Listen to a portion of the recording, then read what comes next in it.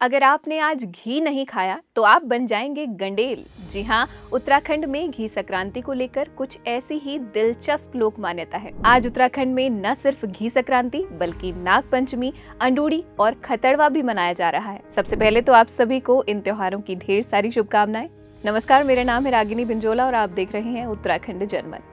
चलिए जानते हैं इन अलग अलग लोक पर्वों के बीच आखिर रिश्ता क्या है। दरअसल उत्तराखंड के लोक पर्व सिर्फ त्योहार नहीं है, ये पहाड़ के मौसम, खेती, पशुपालन, प्रकृति और इंसानी जीवन के बीच के उस रिश्ते की कहानी है जो सदियों से चला आ रहा है। शुरुआत करते हैं घी संक्रांति से, जिसे कई जगह घीत्यार भी कहा जाता है। ये पहाड़ के खास लोक पर्वों में शामिल है। इस दिन घी खाने की और अपने माथे पर लगाने की परंपरा है।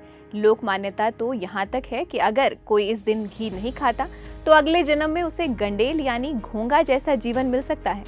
अब ये मान्यता कितनी सच है ये तो लोक विश्वास ही जाने, लेकिन इसके पीछे छिपी परंपरा बहुत कुछ कहती है।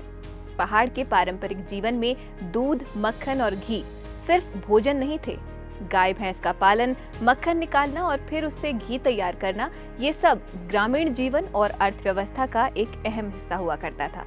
यानी घी संक्रांति में घी सिर्फ स्वाद नहीं बल्कि पशुधन और मेहनत के प्रति सम्मान का प्रतीक भी माना जाता है। और इसी दूध मक्खन की परंपरा को सेलिब्रेट करने के लिए उत्तराखंड में एक बेहद अनोखा उत्सव होता है, बटर फेस्टिवल, जिसे अंडूड़ी भी कहा जाता है। उत्तराखंड के उत्तरकाशी जनपद के दयारा बुग्याल में मनाए जाने वाले इस उत्सव में मक्खन खुशी और सामुदायिक उत्सव का हिस्सा बन जाता है, जहां लोग एक दूसरे के चेहरे पर मक्खन, दूध और छाछ लगाकर होली की तरह जश्न मनाते हैं। यानी जिस मक्खन ने कभी पहाड़ के घरों की रसोई को समृद्ध बनाया, वही मक्खन एक दिन पूरे उत्सव का रंग बन जाता है। लेकिन उत्तराखंड की लोक संस्कृति सिर्फ पशुधन तक सीमित नहीं है। इसका रिश्ता जंगल और जीव जंतुओं से भी उतना ही गहरा है। इसकी एक मिसाल है नाग पंचमी। नाग पंचमी पर नाग देवता की पूजा की जाती है। सदियों से पहाड़ में नागों को लेकर आस्था रही है और कई स्थानीय परंपराओं में नाग देवता को प्रकृति और जल स्रोतों से भी जोड़ा जाता है। यानी यहाँ इंसान सिर्फ प्रकृति से लेता नहीं था, उसके प्रति सम्मान भी व्यक्त करता था। और फिर आता है खतड़वा। खतड़वा सिर्फ ऋतु परिवर्तन से जुड़ा लोक पर्व नहीं बल्कि उत्तराखंड की लोक स्मृति में इससे जुड़ी एक दिलचस्प कहानी भी सुनाई जाती है।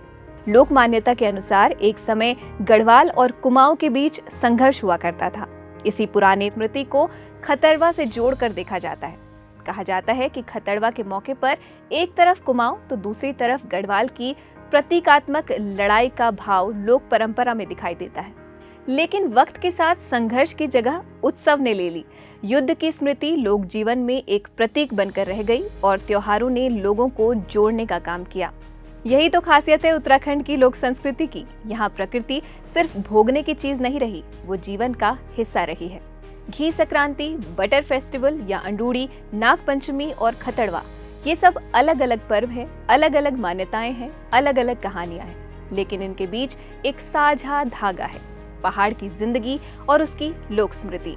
देखते रहिए उत्तराखंड जनमन, क्योंकि हम दिखाते हैं बढ़ते उत्तराखंड की असली तस्वीर।